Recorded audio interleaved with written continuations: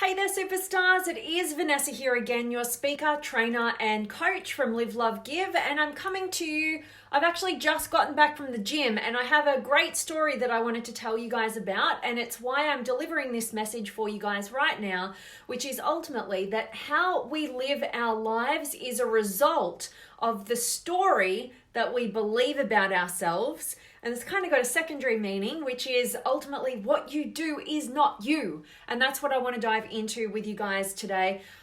As always, with a bit of story, with a bit of action going on there, I want to tell you about a little bit of a story in terms of a person that I met at the gym today, and that's kind of triggered my thought pattern, coupled with a bit of my backstory and how this, I love sharing stories with you guys in the hope that it can be relatable to where you are in your life and kind of paint a better picture on these kind of topics.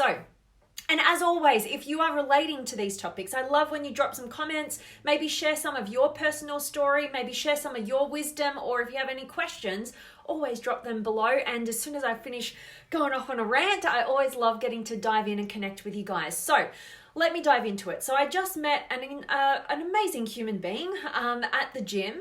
And what happened was we got talking and, kind of asked me like, what do you do? And kind of got talking about like what was going on for him. And I'd seen him in the gym many, many times before, but like never spoken to him. When I go in the gym, I'm like, I just do not communicate. I've got my headphones in. It's like, it's my time. I'm ready to just like go and break some of my own PBs and, my personal bests and whatever, right? But I'm in my zone. So it's very rare that I even talk to people at the gym. I probably come off pretty rude, I don't know. But anyway, got chatting with him. He was helping me with something and then got talking about his story. And he's been working in construction for 16 years and just coming back into the gym after some injuries. So he had a broken foot. He had broken his hand. So all these different things were stacking up. He was telling me kind of his story and he was saying, just before Christmas, like I'd broken my foot. My partner and I broke up. I've just recently broken my hand. And he even had just gotten a new dog and the beautiful little dog had broken its leg and it had had surgery and he'd have to be like looking after it and all this stuff, right, was happening to him at once. But I could see him kind of struggling with the fact that, he knew that, he was getting older and working in construction was hugely taxing on his body. And with his injuries, it wasn't going to be a sustainable living. And he's at this point in his life where for 16 years, his story has been, I work in construction. I'm a construction worker, right? And this is what I do. And he was telling me about not being able to get into the gym and how it was made him very depressed. And I was like, I know, I feel you, but I could see how much of his identity was attached to the things that he does, right? And we all do this. I just want us to like see it from, when we look at other people doing it, we're kind of like, oh yeah, I can see what they're doing wrong. And then we kind of like look at it for ourselves, hopefully. But what happened was, he was kind of very much identified with, I'm a construction worker, I'm somebody who goes to the gym, and life got in the way, and his injuries occurred, and all this stuff in his life happened, particularly getting out of relationships and losing a partner. Like that is traumatic, right? You have to go through a grieving process with that. And all of this stuff happening for him had put him in the position where he'd had enough pain that he has to make a change, right? He has to do something different. He has to contemplate life outside of being a construction worker, and he was doing that step by step by just getting himself back into the gym and applying for to be a firefighter and, looking at these other avenues, right? But it's this whole thing that, we got talking and I was telling him about, I asked what I do and I was talking to him about how I help people to actually uncover what they're really passionate about and what would be the most fulfilling thing for them to focus on and create and do in their lives, that is not just, getting attached to something, but actually finding something in total alignment with who you are so that you can be fulfilled, so that no matter what the challenge is, it's worth it. You can push through, you can find other ways and all this sort of stuff rather than doing this thing you just fell into and you've just been doing it and Or what else are you going to do when you're not fulfilled and then all life is happening to you? Well, I like to think, and we've all heard this one, that life is not happening to you, life is happening for you. I've heard it from Tony Robbins. I think that's where it came from, but who knows? But at the end of the day, when we are in a fixed mindset about who we are and the stories we have about ourselves, and then things get in our way on that journey, right? This guy being a construction worker, breaking his foot, breaking his hand, not able to go down that path anymore. He could think life is happening to me. Why is this happening to me? But if we make a simple shift to life is happening for you. You are not your story of what you've done in the past. What is the lesson here? What is the universe, or whatever you want to call it, waking you up to? This is just a mindset shift. And then you can start to see that the same circumstances, the same challenges that are coming your way, you can see that they're being put there for a reason. Life will wake you up when you're walking down a path that no longer serves you. If you're not focused enough, if you're not courageous enough, if you're not getting enough clarity to see that you're not going down the right path anymore, I like to think that life will wake you up. You'll be given an opportunity to get off that path. And if you don't, notice the feather, getting a little bit of a tickle, this isn't really the right thing moving forward, you'll get hit by the brick, which isn't as pleasant as a feather, and then hopefully you get the wake up call then. But if you don't, you're going to be taken out by the bus. And it's not because life is happening to you. It's actually that life is happening for you. It's forcing you to make the shifts and changes that ultimately will lead to your fulfillment. This guy moving into even doing firefighting, like that's something that he's more passionate about doing, maybe helping some people, and, it works out in so many different avenues. And the same thing happened to me. And drop me your stories. I'd love to hear them. But the same thing happened to me when all of this stuff happened all at once in my life. So this was before I knew anything about the realm of personal development. And I was totally in the party scene, and I deferred from uni so I could just go out and party. And then I was earning pretty good money for, I was 19 at the time, I think I was 19, 20, and I was earning really good money, that was really great for going out and partying and buying new dresses every week, and it was really subsidizing my lifestyle, right? But the reason why I was going out and partying was because I was not on a fulfilling pathway.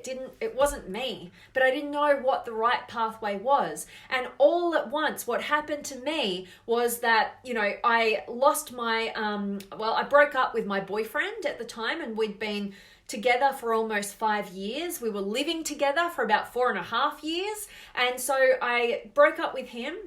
I had to lose my home that I'd had for the last 4.5 years. Because we were living there together. I lost my job with the global financial crisis that was going on.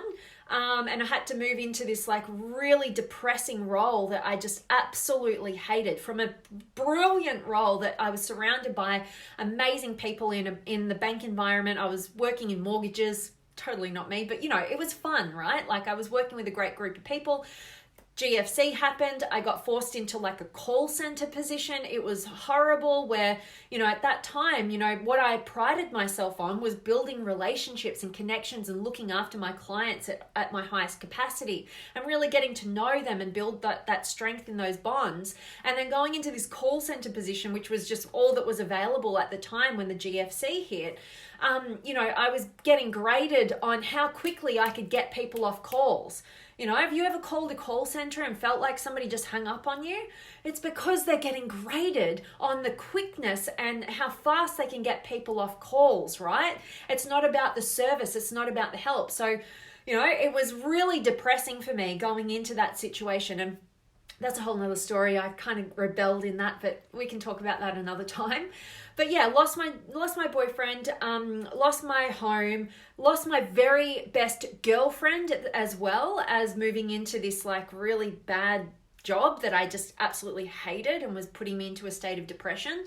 And then I also decided enough is enough. Like, I have to go back to uni, and that was my realm of personal development. And I'm going to get that piece of paper to get to a new level in the bank and maybe financial planning. Oh my God, that's so laughable if you really know me. But I was so lost, right? And yeah, so went and did that, and I had to move back home with my parents, and I hadn't lived out of home. I hadn't lived back at home since I was an 18-year-old, and it was just like, it was just all of this stuff happening at once. And this is when I talk about situational depression. But what situational depression is that it's the story that you have about who you are that you're not willing to be flexible with. You're not willing to let go. And you've attached your identity to things in the external world that are out of your control. It wasn't in my control that the GFC hit. It wasn't in my control that I wasn't happy in my relationship with, things with my partner. I mean, it is partly in my control, but not fully. When you're in relationship with somebody, there's no certainty really, right? You're co-creating that space. And I was pretty immature in terms of relationships back then, even if I was in my second or third long-term relationship at that point, But, all these things sort of hit, and I had to rediscover who I was, even going back to uni and being a uni student after I'd been earning really great money, like out in the corporate world and, living that lifestyle. All this stuff had to shift. All this stuff had to change. And ultimately, I had to shift the story about who I believed myself to be. And I'm telling you, before you know anything about personal development, that's kind of crazy talk, right? Like I wasn't conscious at all. And that's why I had to go through the pain and the torment of going down the wrong path for so long before I was awoken to really why I was doing what I was doing, and realizing I was doing what I was doing for all of the wrong reasons, and it was totally out of alignment. And ultimately, long story short, that's why I do the work that I do now, helping people to wake up to a path that is not right for them, that is not in alignment, in whatever area that is, in your career, in your relationships, waking you up to just start questioning your reality, start questioning your stories, and start to design your life and what you actually want, rather than living it by default because you haven't questioned it, you haven't done the work, and you're living to the expectations of others, rather than discovering what authentically inspires you, what you really want, and having the courage to go after it. So, long story short, I hope that this message is waking you up to the potential story that you might have going on about yourself and how it might be limiting you. Your current set of results is being determined by the story that you believe about yourself. So it's a good to question it, right? And I really do like NLP work, which is what I've been deep diving into. I've just recently got my certification as a practitioner, got my master practitioner training coming up this year as well, and a bunch of other stuff related to NLP. And one of the major keys that I love about NLP is what we call neuro-linguistic programming, if you haven't heard of NLP, but the NLP communications model. Definitely do some research on it. I did a masterclass on it. If you want access to it, you can join on my website, and you're going to get access to the masterclasses when you join the masterclass community. But I did a deep dive into this, and what the NLP communications model is it is the system of your mind on paper. It allows you to uncover and understand where these stories come from, how to make shifts and changes so that you can ultimately redesign where you're headed and redesign your destiny, to understand yourself and your mind's capacity and what's happening in your mind when you're making up all these stories and where they're coming from, and how to make the shifts and tweaks and changes so that you can get on the right path and get off the wrong path. It is invaluable stuff. So I hope that this is waking you up. I hope it's sparking some inspiration to go out and do some research, to question the stories that you have about yourself. And if you want to come over and go deep with me, definitely join the masterclasses. We've got a new masterclass coming out this week on Friday. I'm about to put the the link out to all you superstars who are already in the masterclass community. But we're going to be doing it on the 5 elements of an extraordinary relationship. And I am super pumped to share this one with you guys. As you know, I go way ranty like in my relationship topics. I absolutely love it. I live for it, and I cannot wait to share this next masterclass with you. And if you join, you get this masterclass coming up. You get to join me live online. We do a Zoom call, and I do a presentation for you guys, and I get to answer all your questions and engage with you and interact with you. And you also, when you join, get access to a full library of all the previous masterclasses if you are the kind of person who wants to reach your highest potential in both your love and in your life. All right, enough from me. I definitely want to check in with you guys. So make sure you're dropping me a comment, say hi, let me know where you're tuning in from.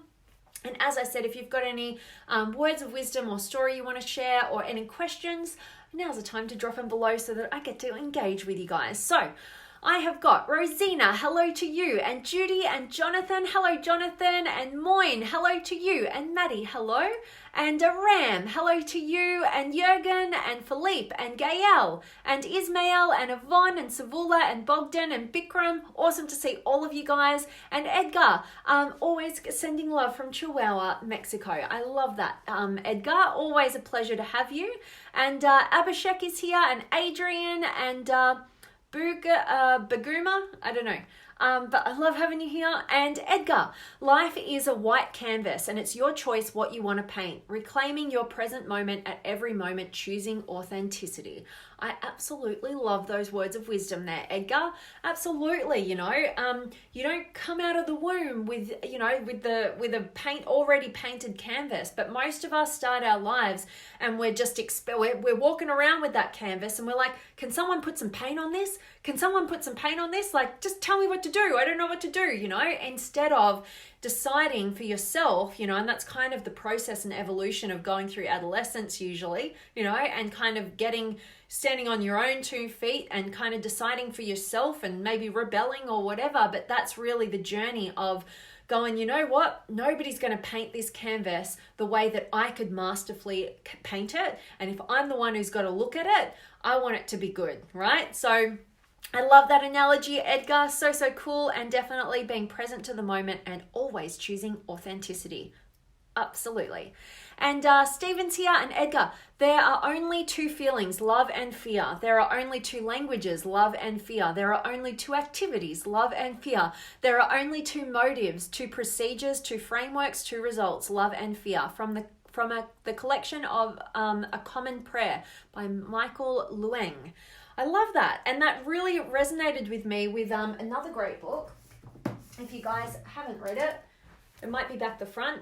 A Course in Miracles. Isn't this a cool book? It's huge, but it's so old, but it actually jumped out on of a shelf on a secondhand bookshelf for me a number of years ago.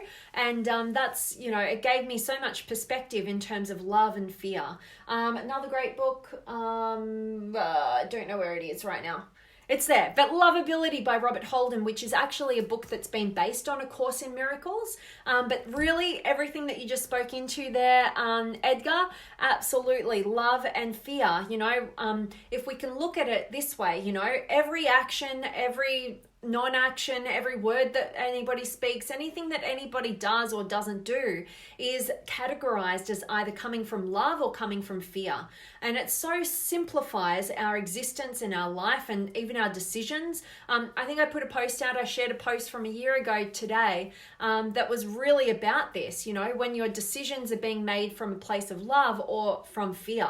When they're coming from a place of love, like they might be challenging in the moment, but they're actually leading you towards your highest empowerment. And when you make decisions from fear, they might be easier in the moment. You're not rocking the boat or whatever it is that makes you choose fear, or you get to avoid whatever the pain is you think.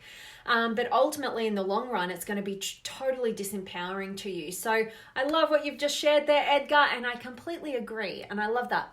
And Ray's here, and Julie and Jonathan. Yes, I completely agree. Life happens for you, not to you. Boom. I love that. Learn to see the signs that life gives you, the way life pulls you. Yes, I love that. I have had similar situations in both personal and professional life. I'm now realizing how much life happens for you and to learn from the past experiences and then move forward to better things. I absolutely love that, Jonathan, and I so appreciate you sharing your journey and your words of wisdom there. And yeah, absolutely. You know, when you have a growth mindset, another great book by Susan Jeffers, Feel the Fear and Do It Anyway. It's a classic. The thesis of that book is ultimately to have a true belief in yourself that you can and will handle any and all of the inevitable challenges that you're going to be faced with, and you're going to learn from it. So if you have a growth mindset, if you have the kind of mindset that walks into life knowing that something challenging is going to happen, right? It might happen, whatever, but you know and you believe within yourself that when those challenges happen, that you are going to learn from it. You're going to grow from it. You're going to become better from it. You're going to be able to reach a new level of your potential that you wouldn't have otherwise been able to reach had you not had the stepping stone of that challenge and the lessons that it's bringing you the opportunity to learn. So absolutely, Jonathan, I love that, my friend. Great to have you as always. And Nick's here as well. Good to see you, Nick. And Jonathan, love NLP for self-development. I love that you're on that journey too, Jonathan. That's so cool. And Nick, the worst thing any human being can do is not be authentic to yourself and not be fulfilling your true calling in the world, doing what you're supposed to be doing. Absolutely. This is why I love connecting with you, Nick. Absolutely, because that's why I do the work that I do. It's why I study everything that I study. I use myself as a guinea pig in life and in love, and ultimately am totally fulfilled by helping people to be their most authentic person. I didn't know who that was for so many years of my life. That's why I know the difference when I've gone on this journey. And you can't take that, like there is no greater gift, you know. It might be the worst thing to do to not be authentic and not be fulfilling your true calling, but there's no greater gift that you can give to yourself than being all of who you truly are, you know, and following your purpose and that pathway, what you call your true calling there, Nick. So I love that, Nick, and I couldn't agree more. And Edgar, I'm loving that this is a great message for you. That's awesome to hear. And Shane's here. And Nick, sorry, I've been MIA doing some personal development and being true to myself. I love that, Nick. No problem at all. And I hope to see you. Yes, can't wait to do next masterclass on Friday. Can't wait to see you there. I'll try and make sure that it's a time that will hopefully suit you. And yeah, can't wait to connect. And Jonathan, powerful message. Thank you. You're so welcome. And thank you. I'm so grateful to hear that. And love your engagement in our messages whenever you guys feel called to. So thank you so much, Jonathan. And Chrissy's here. And Nick, please send me time in California format. Awesome, because I never know where you're going to be. So that's awesome to know you're heading to Michigan. Hope you have a great time. And Jacob from Denmark. Awesome to see you. I love hearing where you guys are tuning in from. That's so cool. And love it, Jonathan. I'm loving the love that you're sharing with Edgar as well. And Emily's here, and Brett, and Vanessa. And Vanessa, I'm at Family Easter Barbecue. I'll watch this later. Can't wait. Oh, awesome. I hope you guys are having fun. Melbourne's not bringing the sunshine today, but hope it's awesome, Vanessa, and hope you can join on Friday for the masterclass.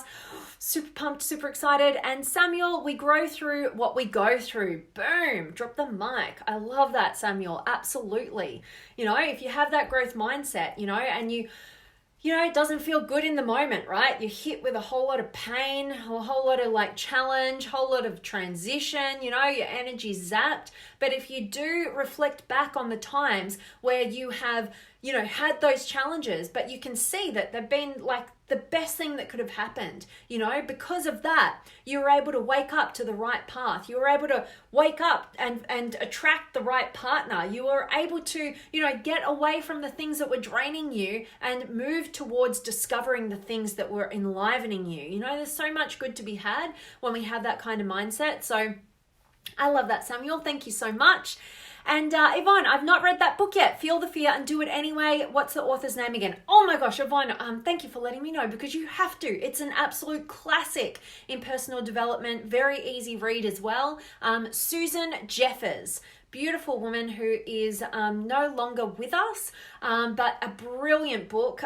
It's a funny story for me. I was actually traveling when I first did the laptop lifestyle thing back in 2013 and went on a 10-month journey traveling around Europe. I was actually staying at an Airbnb in I think it was in Cambridge, and this woman had like all these amazing personal development books, and this book stood out for me, and she actually, I read it, and I told her, I was like, oh my gosh, I read that book and it was amazing, and she's like, you can have it, and I'm like, oh, thank you. So yeah, funny story about that, but one of the best books for personal development to get your mindset right. So thanks for asking, Yvonne. And great to see you. And Brom's here as well. Good to see you, Brom. And Nick, you do such a great job as a guide and teacher. Nick, you're touching my heart, my friend. I so appreciate you and your kind words, and always grateful to know if any of these messages are of value to you. So much love to you. And Jared's here. Awesome to see you, Jared. It's been ages. Hope you're doing really well. And Jonathan, how about Here I Am Here? John, awesome to see you as well. I don't always see all of you guys, your names pop up, so that's why if you comment, hopefully I'll definitely see it. Sometimes those get blocked too, I don't know why. But awesome to see you, John. Hope this message has been serving you as well. So guys, I'm really hoping that this message has got you thinking about what are the stories that you're telling yourself about yourself? What are you believing about yourself? Because at the end of the day, the results that you're generating are in total alignment with that story that you're believing about yourself. And what you do is not you, right? So get beyond that. And if you want some masterclass trainings that are ultimately going to allow you to break free of the limitations that you have in your mindset and get to know the workings and the systems of your mind so you can make those tweaks and changes in the right direction, then I really do invite you to join the masterclasses. You won't be sorry, you won't be disappointed, and you get a very special live training every single month about the best tools, tips, strategies, everything that I'm actually learning and going through. Like I said, this week, it's actually going to be on the 5 elements of an extraordinary relationship. So I am definitely hoping that this message has served you. And as always, guys, I'm sending you guys all of my love, light, blessings, gratitude, energy, enthusiasm, everything extraordinary coming to you to wherever you are in the world today. I really do hope that it's beautiful, amazing, and extraordinary. And today's message has definitely served you. And I can't wait to check in with you guys tomorrow. And I'm really grateful to everybody who could join me live. I love your engagement. I love the stories that you share. I love the wisdom that you share. And I just love connecting with you. So thank you so much. And you have more to grow. Okay. Not sure what that's about, Jonathan, but awesome to have you here. And Philippe, sending you a big hug. Thank you for your valuable thoughts and training. You're so welcome, Philippe. And I get to meet you and connect with you tomorrow. So I can't wait to see you then on our power session. That will be amazing. And thank you so much, Philippe. I so appreciate those kind words. And I can see Phil's here and Danielle's here as well. I hope you guys catch the recording, get a ton of value from today's message. I'm signing off. I'm sending you guys all of my love, and I cannot wait to see you tomorrow.